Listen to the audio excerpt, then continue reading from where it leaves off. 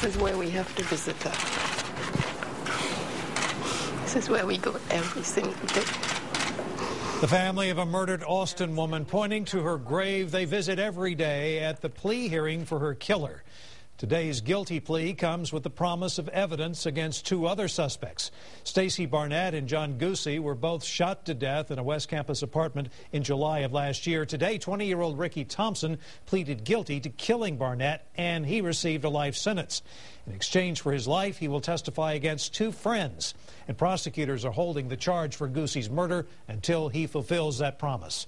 KXAN's Shannon Wolfson is live with the new details on the suspects and the motive, an $8,000 drug debt. Shannon? Robert, Sam Gifford and Roy Rennick were both friends of Ricky Thompson. Tonight, they are both here in the Travis County Jail.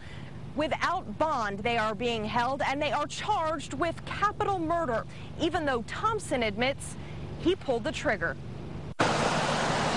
They seem to be pretty easygoing. For several months in the early part of 2009, John McJunkin lived across the street from Ricky Thompson and Sam Gifford in South Austin. And just students that lived across the street was all I really knew about them. One day last July, McJunkin says his neighbor Ricky came over to borrow some tools. He borrowed a drill from me once to fix cabinets, he said. Apparently he used it for other purposes. Other purposes, like drilling out the barrel of a murder weapon so it couldn't be traced back to the killings of John Goosey and Stacey Barnett. I was shocked when the police came over and said they wanted to search my drill, and I was like, search my drill?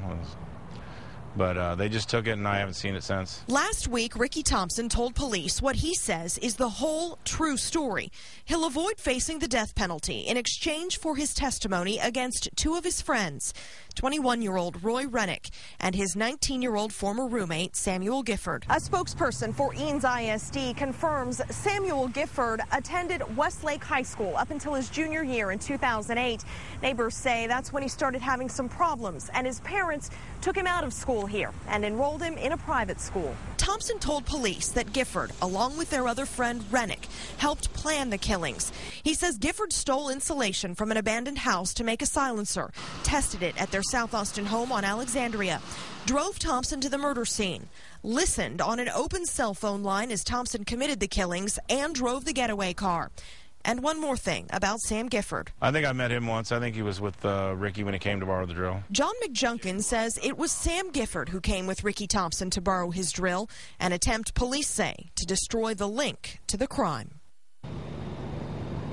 Now, police say Roy Rennick helped Ricky Thompson get the gun used in the killings. Now, if Thompson upholds his end of the plea bargain, his sentences will run concurrently, and he'll be eligible for parole in 30 years. We're live at the Travis County Jail tonight. Shannon Wolfson, KXAN Austin News.